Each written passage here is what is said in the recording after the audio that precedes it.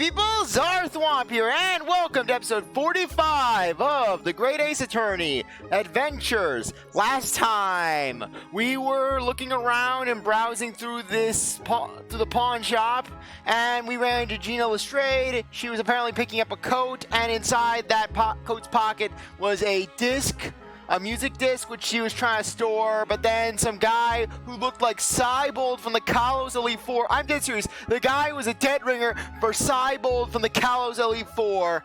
He just came in, he claimed that Gina stole the coat from him, and he took the music disc with him, but she got the coat back for some odd reason. Just that, or he's still here. I'm not sure. It's been a while since I recorded. It's been about a week or so. But did I talk to you? Yes, the gentleman's accusation. Let's do that one. Miss Lestrade, is what the gentleman is saying? Why, you think? It's all lies, ain't it? Obviously. I swear on my life, I ain't never laid eyes on that dandy before. Let's hear it now, you little ragamuffin. You stole it, didn't you? That ticket you brought in here just now. No, I swear it. I swear to God. I swear to Oliver Twist, who is essentially Orphan God. It was barely an hour ago. I was walking along the street, minding my own business, thinking of my long list of louvers, when this little gutterling ran into me. I knew at once what had happened. I've been robbed yet again. I thought to myself, those wretched pickpockets. The last pickpocket stole my heart as well as my money. I said to the pickpocket, I said, wait, I can make you my louver. But the pickpocket, they laughed at me and they ran off into the sun. Yet again. Oh yes, as you can see, I am a man of impeccable style. This isn't the first time I've been targeted by these backslum scoundrels.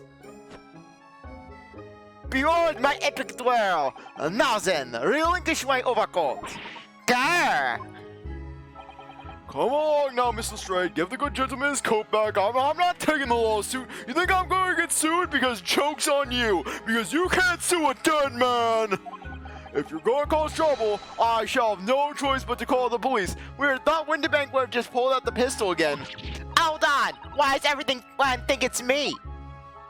Just look at this dandy cove, and you think I'm the dodgy one? I'm sorry, but no one's gonna believe you. You stole a weapon. Well, what about evidence? Yeah. Where's your evidence that I've stolen something? Huh? Come on, let's see it. I do not need evidence, for you see I have a gun. Oh, I have evidence, naturally. You what? Evidence. I just love doing the pseudo-French accent. It's always a blast to do. I had fun when I was doing it with Waka. I had fun when I was doing it with John Armstrong. I had fun when I was doing it with Kuro. I'm having fun with it now. Evidence that the article Miss Lestrade redeemed actually belongs to this gentleman. Of course! We need only consult Mr. Winterbank's ledger to know the truth. We'll be able to look up the name of the person who deposited the article in the first place. But if it was stolen... What does it matter if Gina's name is on it if it's stolen? Yes, brilliant. I'm very sorry, but I'm afraid that won't be possible. Oh? I never ask customers' names. That's a strict policy of mine. But why not? Well, now, as you can imagine, some of my customers have circumstances to consider. You think I want to be associated with Sherlock? You think I want people to know that he comes here? That would drive all my customers away. A great many of them prefer to maintain their anonymity. Yes, I see. But then how can you know if an article belongs to the person asking to redeem it? Oh, it's quite simple. I go by the honor system. Good sir. Might I trouble you for the watchword associated with the article in question? Of course, it's... Professor! Yes, that's right. And all the evidence we need. This gentleman is the rightful owner of the article, without doubt. A watchword? Interesting.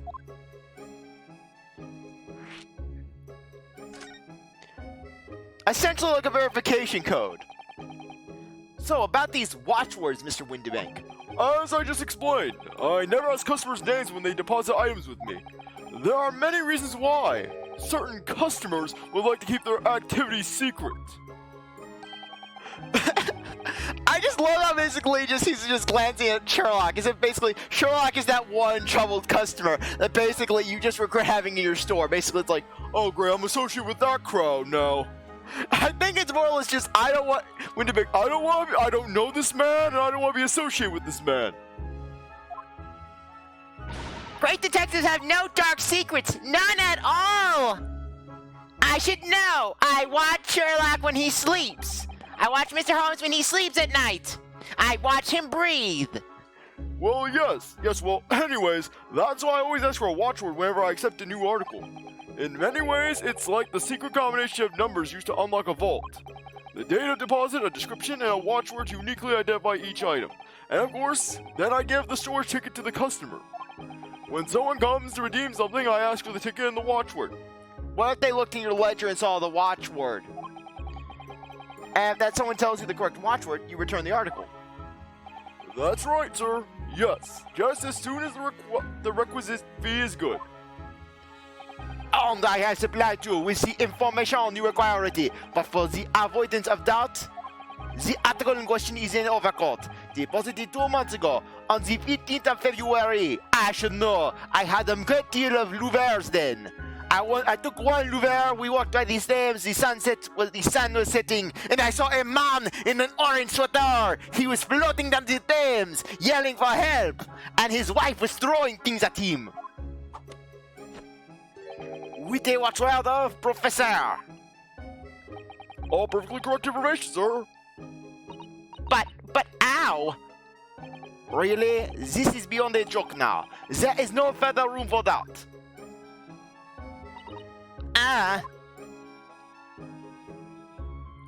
Okay, we talked to you. We can talk to you now. Let's talk to Cybold. Picture postcard gentleman. Excuse me, but who are you? One would expect the inquirer to introduce himself first. Though clearly you are not British, so perhaps our ways are foreign to you. Oh, sorry, yes. We're from the Empire of Japan. We're staying here. Oh, yes. Japan. I've heard talk of the place. Its inhabitants live on some fiery brown-colored soup, dressed up with exotic spices.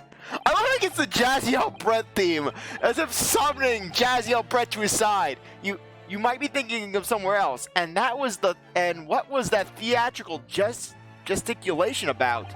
Perhaps. Anyways, if you are a gentleman, sir, you offer your own name first before inquiring after the name of another. Of course, yes. I'm Ryunosuke Naruto. I'm a lawyer. Well, a student of law, really. My name is Susato Mikatoba. I am Mr. Naruto's assistant. I see. My name is Benedict. Oui, and not Eggert Benedict. As you can see, my name is a pawn. Enchanté. He's so refined in how he holds himself and how he speaks, but that name is suspicious. Now, to the matter at hand. Let us talk puns. My overcoat. Return it at once to someone with the style to carry it off. Grr, every move he makes, every breath he takes.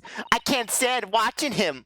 I can just imagine just Gina being Emma's guardian spirit. Just Gina takes it upon herself to basically watch over Emma in her afterlife. That's how she spends her afterlife. And every time she sees Emma have to deal with Clavier, just Gina's glaring at Clavier, just yelling insults. And then Maya, Emma? Yeah, Maya? There's a creepy girl glaring at Mr. Gavin. She's glaring at him. A ghost girl. Ghosts don't exist, Maya. Oh, Fräulein detective, why do you turn down my otherworldly fans? You hurt me, and you hurt the Fräuleins who worship me from the afterlife. And then Gina, who is this pop?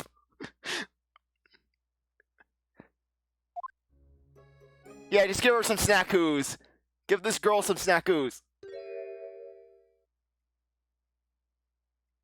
So, let that be an end to the matter.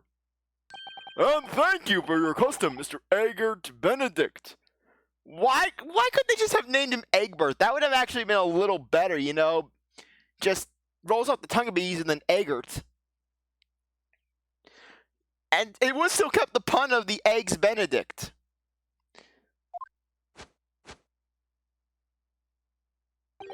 We set reasonably rates of interest. I may even decide to come back. This is why I hate grown-ups. Just cause I'm a diver, everyone thinks that that makes me a liar. Anti contains the pockets, if you please, broker. But of course, sir. Here is the disc for you. Just this one? Ah, I swear. My voice is giving out for some odd reason. Pardon, sir? I was expecting another. That is, I deposited another disc. Oh, I'm out here. I regret to inform you, sir, that was what was deposited with me was merely the overcoat. The disc happened to be in one of the pockets, but I was completely unaware of it until now. So, Cataline, you are adding more of what's right to the man, are you? Says who, eh? I don't know nothing about it. Very well. Then I shall bid you farewell. Say goodbye to style. For I am going to go out into the streets and find 5 louvers. Wait a minute. That disc is mine. Ah! What do you think you're doing, you little tramp? You're done blood. You filthy animal. Oh my, yes. There's blood on the disc. It's because of all those sharp little bumps. The man must have scratched his finger on him. I find it fast, all right? I mean, it belonged to me, old man. So you're not having it. Oi, you take it. Yeah, we don't even get his age. Me? If I hang on to it, they'll have it off of me again. So you gotta keep hold of it. Mr. Straight Eye, why is this disc so important to her? The music box disc has been entered into the court record. You there, in the black livery, hand over that disc to me at once, please. No, don't. He's lying. Grown-ups are all liars. You're saying that to Ryunosuke, who you consider an adult. What do I do now? How am I going to resolve this?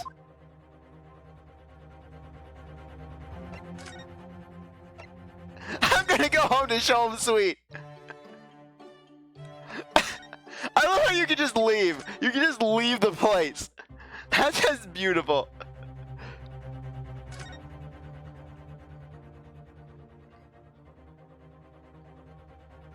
Music box! Look out, Mr. Windibank. Look at Mr. Windibank, watching diligently over his shop. There are still so many things I am curious about, but somehow I don't really feel like this is the right time to be browsing. Calming this fraud situation must be our first priority, and I'm fairly certain that if we can just find the great thing we need among the articles here in the shop. Yeah, just Sherlock and his stereoscope. Mr. Sholmes, what are you examining with such keen interest there? I'm looking at nudie photos. Please get away from me while I enjoy the nudie photos. As you enjoy a bar of caramel, I see.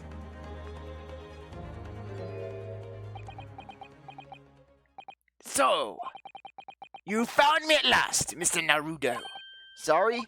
After that young pickpocket sent me on my way, I was forced to lurk in the shadows. Cruelly ostracized as the rest of you partook in the jovial atmosphere of fellowship. I had nothing to occupy my mind, but was too ashamed to let society see what my downfall had done to me.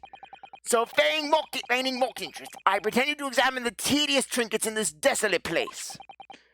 Whilst, as you surely observed, gnawing on the only friend I have left, this 7% solution of caramel. Hooray! Do you claim to understand the depths of my despair, Mr. Naruto? But how could you? I was so lonely, so desperately lonely. Then why on earth didn't you rejoin the conversation? Things have gone from bad to worse here, you know.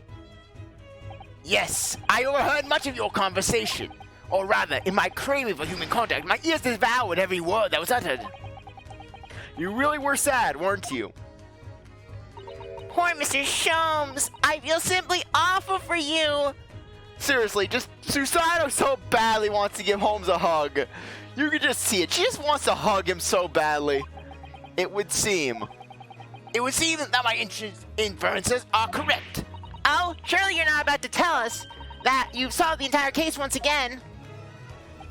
My dear madam, sometimes I wonder, were my genius for deduction to be commoditized, how much could I pawn it for? It seems Mr. Holmes has had another one of his flashes of inspiration, and Ryunosuke is scared. But who knows if it will help us resolve the situation between Miss Lestrade and the mysterious gentleman. What's the right thing to do here? Listen to the deduction. Deduction time. That's going to be the rest of the episode. Deduction time. Well, Miss Lestrade, it would appear you find yourself in something of a predicament. Where in the blue blazes have you been, eh? Pardon? When a lady's in trouble, a true gent's supposed to be there to help. Straight away, not an hour later. Harsh. I was about to read in Sherlock's voice. And who, Pretel, are you? Are you here to apply for my list of louvers? Because I warn you, my list of louvers is very long. Mr. Eggert Benedict, you have in my eyes a veritably encyclopedic array of curiosities about your person. Nevertheless, there are two immovable conclusions I have drawn. I beg your pardon. The first is this. The true reason for your visit to this pawnbroker day is something you have not yet revealed. And the second is this. A considerable crime is in contemplation, one you will orchestrate with intent to steal a vast sum of money. Well, Mr. Benedict, what say you to my deductions? How? He's turned white as a hard-boiled egg. It would seem that once again, Mr. Holmes has made a flawless deduction. Who do you think you are, sir? Ah, yes, as I hoped. This is precisely the pained expression I was looking for. So, shall we begin? The time has come for yet another Sherlock Holmes logic and reasoning spectaculars. The great deduction. The game is afoot. Ryunosuke is scared. Mystery Man's aim. First of all, we must ask ourselves on what business you have ventured into this pawnbrokery today. You claim to have followed this pickpocket here, having had the redemption ticket stolen from you on the streets. But that is most certainly a lie. The real truth is something quite different. As revealed by that which you hold in your hand. Yes, what brought you to this shop in the first place is the staff recruitment flyer. This piece of paper in your hand is a staff wanted advertisement from this very shop. Yet even those unobservant would soon realize that a man of your appearance has no need for such employ. In other words, there is some ulterior motive for your actions. The cane, which you unwittingly clutch to your person, exhibits an incontrovertible contradiction. What utter rot! I've had this game for years! It is my louver! The construction of which I speak of course, is the missing ferrule. The end of any walking cane would have terminated with a metal ferrule to protect the wooden tip. And yet, detailed analysis shows the wooden tip of this stick to be utterly bare. I have to stare at it closely with the zoom-in goggles. I cannot see the wood enough. I have to see every granule of wood. Therefore, there's only one conclusion. The rod that you hold in your hands, which appears to be a walking cane, is in fact no cane at all. You recoil, sir. Is something wrong? And in your recoiling, you would inadvertently facilitate the answer to the next conundrum to present itself. Namely, what is the truth behind this rod you bear? Yes, your reaction betrays the truth.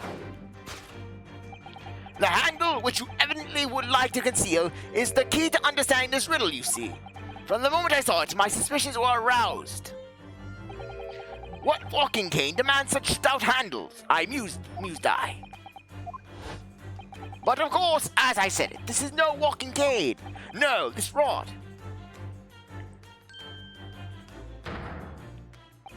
It's the broken hand of a shovel. And then Ryunosuke speeds up. Mr. Sholmes, that's a spade. Mr. Sholmes, that's a spade. What? Have you gone insane? That is clearly a spade, not a shovel.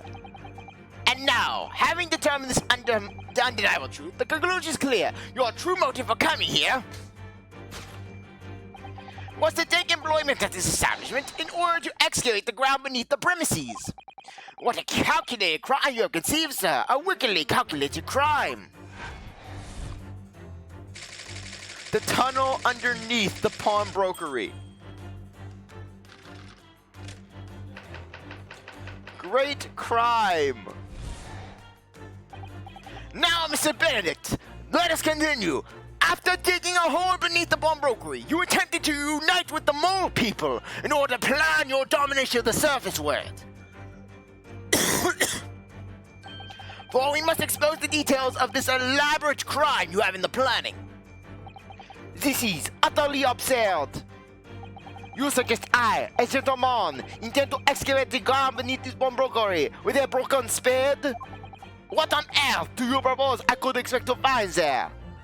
The mole people. Some long-forgotten treasure, I suppose? Say, for such a fanciful theory, what possible reason could I have to do as you say? Oh, but there's ample reason. As you are only too aware, Mr. Benedict. And your furtive glance is more telling than I could have hoped. What?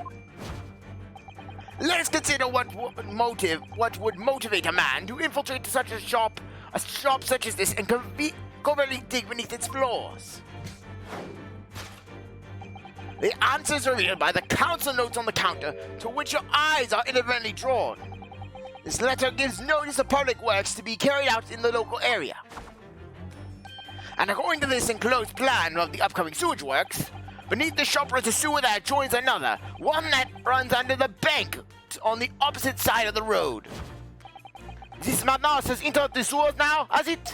Yes, and then you would team up with the Teenage Mutant Ninja Turtles to try to take over the service world, as well as the mole people. By exiting the ground beneath our feet, you would gain access to the waterway that flows in very close proximity to the great vault of financial institution opposite. What are you?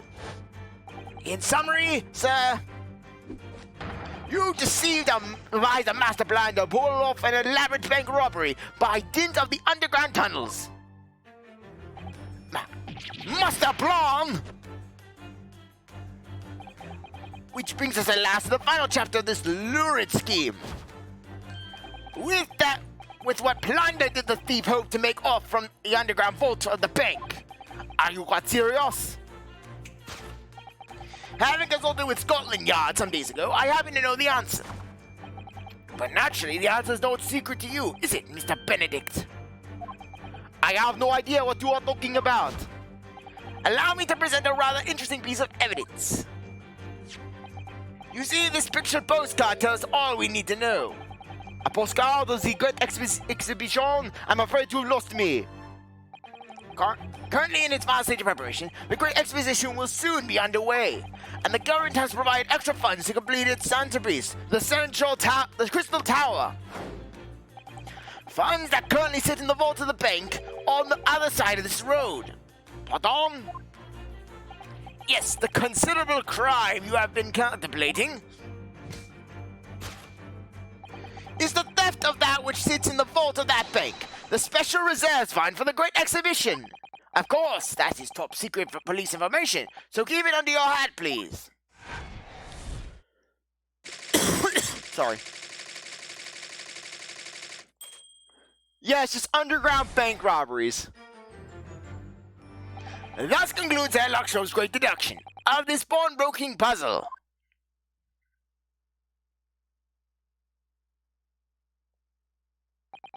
Mr. Holmes? Well, Mr. Naruto, an impressive upbeat deduction for a detective racked with loneliness. Would you not agree? Was it true what you said about the bank over the road and what it has in the vault? Indeed, though few know of its existence. It is one of the government's most closely guarded secrets, which everyone shall know about before lunch. Gregson told me in the strictest confidence. But you just announced it to everyone here, rather loudly in fact. Ah! And if it's such a big secret, how would Mr. Benedict have come to find out about it? There can be but one explanation for that. Clearly it's because the man is a criminal. But what if he didn't know anything about the money in the vault? If he's a criminal, as you said, then buying a brand new shovel is sure to be the first thing he does now that you've revealed the secret. Oh! Or if he doesn't, maybe Mr. Windybank will. He already has plenty of shovels here after all. Oh my, on my life, I assure you, I'm not so unscrupulous. Well, hopefully this has taught you a very valuable lesson. Sensitive information must be handled with the utmost care. One can never be sure that someone privy to secrets won't disclose them, and once word is out, it's out. Perhaps I'll think twice when we're confiding in you next time, Mr. Holmes. An excellent idea, Mr. Naruto. An excellent idea. Well then, Mr. Naruto, you know what to do, I'm sure. Yes, let's listen to that great deduction again and see if we can massage into shape. I swear, why can't I talk this evening? Very well then, let us start once more from the beginning. Of Sherlock shows magnificent logic and reasoning spectacular.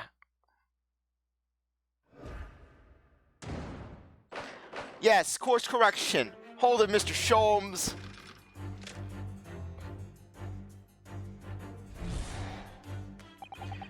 First of all, we must ask ourselves what business you adventured into this pawnbrokery today. You claim to have found this pickpocket here, having had the redemption ticket stolen from you on the street. But that is most certainly a lie. The real truth is something quite different. As revealed by that which you hold in your hand. Yes, what you brought to this shop in the first place is the staff recruitment flyer. So, Mr. Holmes' reasoning. Mr. Benedict came here in order to apply for a job so he could dig down through the floor. Yes, in an attempt to tunnel into the sewers to gain access to the money in the vault of the bank across the road. But he wouldn't get very far with a broken shovel, would he? No. No, I think it's fair to say his motives lie elsewhere. The question is, where? What did bring Mr. Benedict here at this particular point in time? Okay, let's search around. Not the recruitment flyer. Okay. Okay, looking around.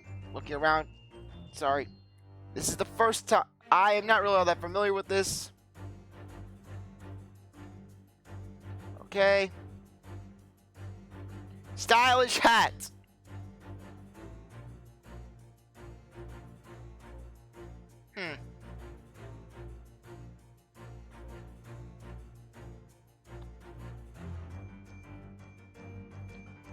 Check out the hat. That silk top is whiter than white. Only an English gentleman could hope to carry off something so bright. But it looks so incordious with that black overcoat, don't you think? Perhaps it's the latest London fashion. I mean, that's just guesswork, of course. How about Mr. Naruto? I think you look very fetching in a white top hat. Well, you know, I think it might look rather incordious with my black university uniform, so...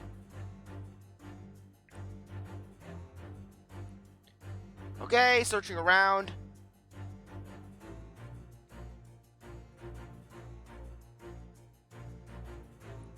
Okay. Okay, let's check that out. That's a proper Englishman's cane, isn't it? Look at the beautiful polished brass on the handle. Yes, but Mr. Holmes is right. It's not the sort of handle you usually see on a cane. Brass is the latest London fashion. I mean, that's just guesswork, of course. Perhaps you could adopt the cane, Mr. Naruto. It might rather suit you. I have a feeling it might argue with the sword around my waist. Okay. Take that! That was bad. You can't judge a book by its cover, as they say. Someone who appears wealthy may be poor. Being such a man, you're desperate for money. When you realize you had no real need for your cane, you brought it here today with the intention of pawning it off for as much as the broker could give you. That deduction was wanting in every way. Yes, I was wanting you to hear it. I'm quite proud of it.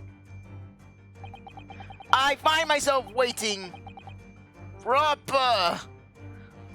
something CzarThwomp just came across in his den. I find myself wanting to never have heard it. I'm quite pained, in fact. Oh, sorry. I'll try again.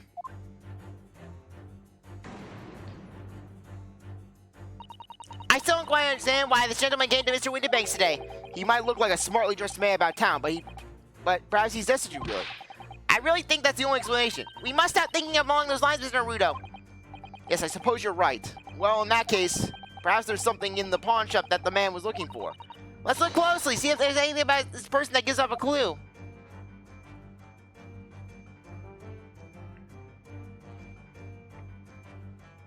Ah, yes, scribbled writing. Take that! What? Those notes were scrawled on by someone famous, and as such are worthy of a considerable sum of money. The fact that you handled the paper on which they are written with gloves only proves my theory. So you came here today with the intention of pawning off for as much as the broker could give you. What spectacularly contrived logic led to this mindless conclusion? Oh, well, it's supposed to be a logic and reasoning spectacular, so I thought I'd contribute to the show. This is my show, Mr. Naruto. Kindly perform peculiar experiments on your own stage. Sorry.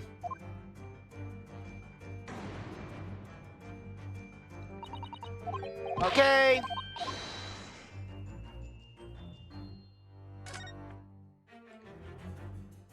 Oh! Look at all the scribbled notes on the back of the flyer here. I don't believe it. What is it? Listen to what it says. Name, Gina Lestrade. Height, 5'2". Green cap, scruffy waistcoat, grubby white shirt, blue satchel ragged. It's a detailed description of Miss Lestrade. Goodness! There's even a sketch of her, hat and all. Although if he showed it to her, she'd fire that smoke grenade launcher in his face for sure. And look, the details of the shop have been written down here too. Winterbanks Pawnbroker, Baker Street, redemption deadline, 15th of April. Which is today's date. Why would Mr. Benedict have all that information scrawled on the back of that piece of paper? Okay, there we go.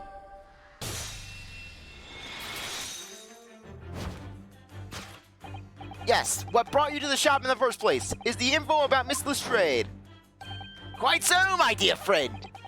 It would appear that the writing and sketch on the reverse of the flyer pertain to the pickpocket Miss Lestrade and to Mr. Winterbanks Pawnbroker here. Ah! You originally told us that you had merely given chase after Miss Lestrade stole the redemption ticket from you. But that, sir, is a thinly veiled lie. It is the information on the back of the flyer that led you here today, by which I mean here to Winterbanks Pawnbroker, and today the redemption deadline of that overcoat. So, you waited outside for the young girl matching the description you have written down to arrive.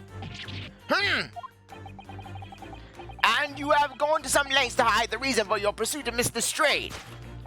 In other words, there is some ulterior motive for your actions. The cane which you so unwittingly clutched to your person exhibits an incontrovertible contradiction. What utter rot! I've had this game for years. The contradiction of which I speak is, of course, the missing ferrule. What's a ferrule? It's the mail cat commonly found at the end of a cane, Mr. Naruto. Ah, the bit that makes the nice clacking sound on the pavement. Yes, exactly. And Mr. Holmes is right. It appears to be missing on this cane. But it doesn't actually look broken, does it? No, it doesn't. Though the gentleman certainly did recoil when Mr. Holmes identified the cane as suspicious. In other words, there's some secret about the cane that Mr. Benedict would rather we not know.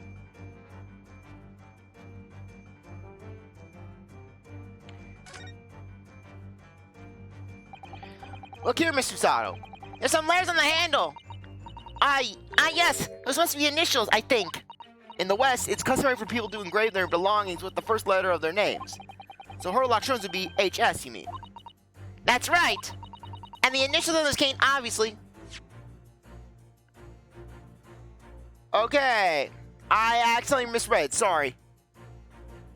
And the initials of this cane, obviously. Oh, AG. Why does it feel as though that's not quite right? Take that!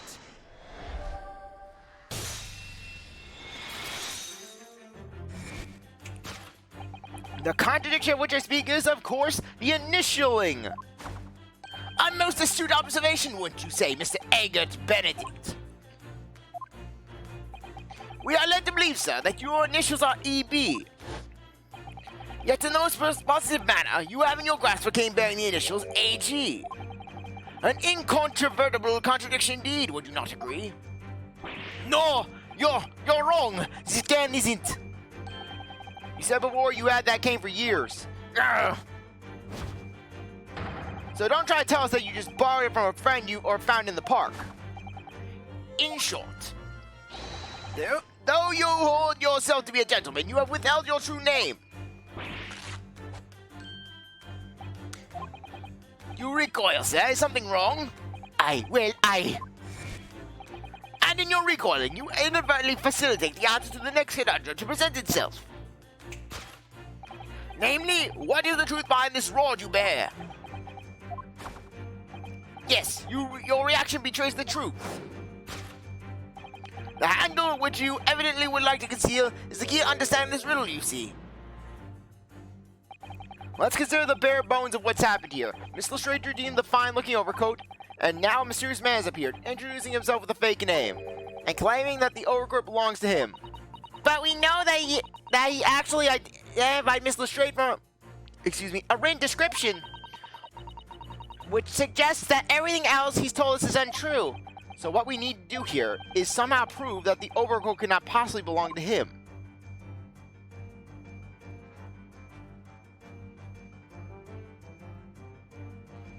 Such as the split seam.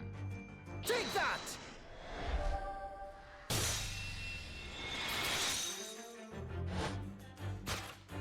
The split seam, which you evidently would like to conceal, is the key to understanding this riddle, you see. Ah!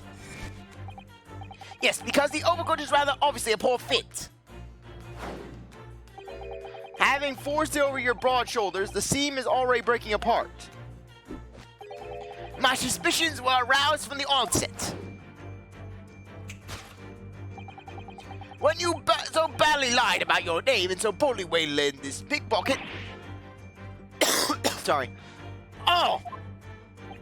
This catalog of untruths has been all for one very specific purpose. To steal the article that the young girl redeemed from Mr. Winterbanks. Oh! But what really irks me is this. The considerable crime I initially imagined has been considerably curtailed.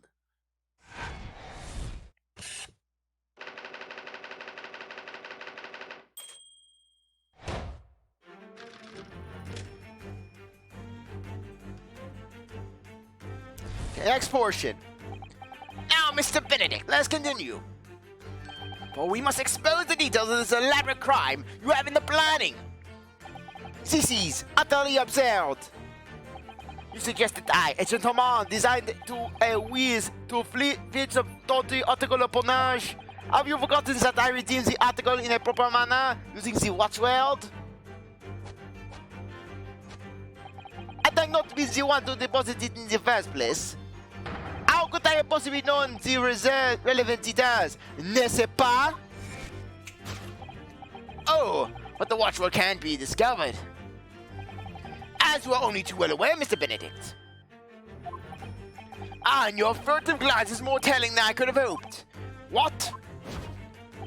Let's consider how one might come to learn a secret watchword relating to the pawned property of another.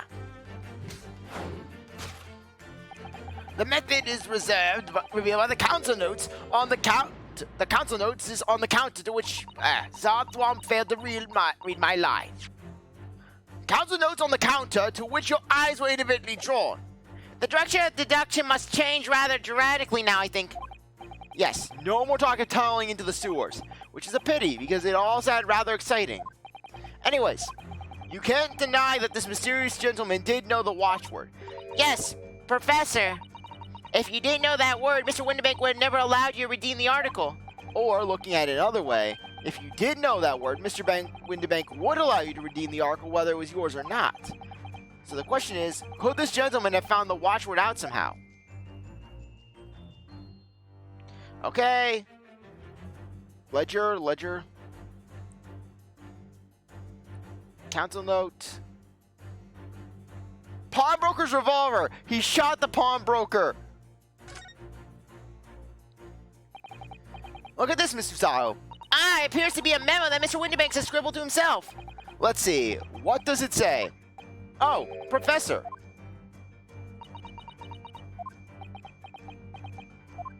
Mr. Windibank must make a note of the watchwords his customers give him, right before their eyes. And in an alarmingly clear script as well. Oh dear, I don't know where to look. Who knows what other secrets I might see? Notelet. There we go. The method is revealed by the notelet on the counter to which your eyes were individually drawn. Yes, the broker here follows the same procedure whenever a customer comes to redeem an article. He asks the customer for the watchword and notes down the response uttered on a notelet he has to on hand. Then he consults his ledger and confirms whether or not the watchword matches that of the article in question. I would expect nothing less of a diligent pawnbroker. But his diligence clearly has its disadvantages. What are you talking about? It is increasingly apparent that you were present in this shop before your accusation gets misillustrated. In all likelihood, you followed her inside and then observed her talking to Mr. Windibank. When the diligent broker made a note of the watchword, as is his common practice, you observed him writing the word Professor on the notelet beside the ledger. And that, sir, was the master plan you devised to steal the pawned article from the young Miss Lestrade. Master plan! Which brings us at last to the final chapter's lurid scheme. Why would you go to such lengths to redeem that particular article from this pawnbroker? Are you quite serious? For an ill-fitting overcoat hardly seems to justify the effort, much less a worthless music box disc. But naturally, you had a very good reason to make them yours, didn't you, Mr. Benedict? I have no idea what you're talking about. Allow me to present a rather interesting piece of evidence. You see, this picture postcard tells us what we need to know. The articles we're talking about are the overcoat and the music box disc that was in one of the pockets, which according to Mr. Windibank isn't even worth a penny. And yet this man went to such lengths to steal them.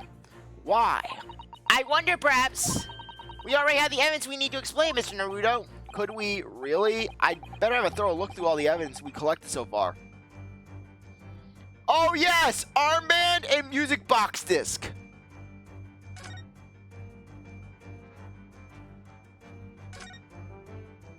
Yes, McGilded. Oh! There's a little scrap of paper stuck to the reverse side of the disc! Look! And a scribbled word or two. It looks like somebody's name. For McGilded? McGilded? It couldn't be! But it is, Mr. Naruto. There's even a side note saying, take your shirt off and dance for me. A name I shall never forget for as long as I live. But why? Why is his name on this? The music disc has been updated.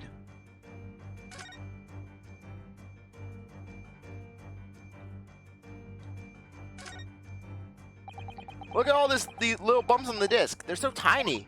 Yes, the protrusions are called pins, and they pluck the teeth of the comb to make noise. And just on the edge is a small amount of blood. Yes, the blood of the mysterious Mr. Eggert Benedict. When Mr. Lestrade tried to grab the disc from him, those pins scratched his fingers, it seems. Like when you're grating some steak on radish and accidentally catch your finger. Ouch! Just thinking about that hurts. And puts me off eating radish. Take that!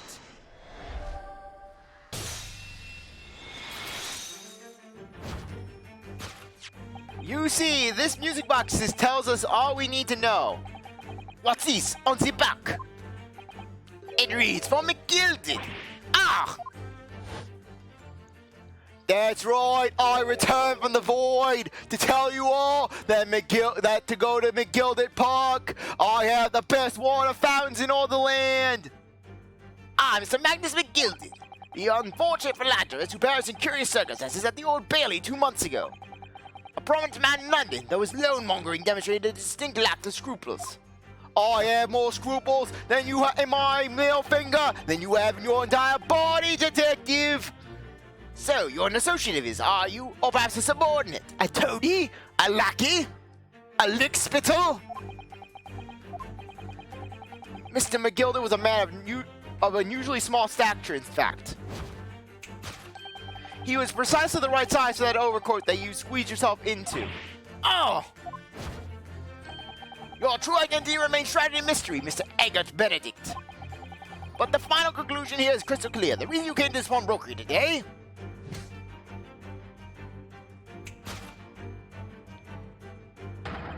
was to retrieve an article left behind by the late Magnus McGilded. Yeah. Arg!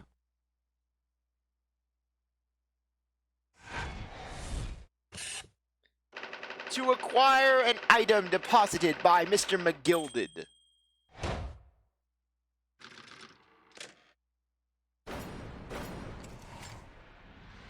On the contrary, Mr. Lawyer, if I had deposited that disc, I would have made the safe, the key, the password dance for me. Well, Magnus McGilded. Not a name I expect to hear in these circumstances. Mr. Holmes, I'm afraid there's something very troubling on my mind, such as when CzarThwomp's gonna end the episode off. Anyways, I think now would be a good time to end the episode off. I really appreciate that. So anyways, I really appreciate that you stuck around to watch this episode. You're a great viewer, and I hope you come back for the next one. If you like this video, like, subscribe, comment, share, do ours that you want with. I'll see you next time. Bye.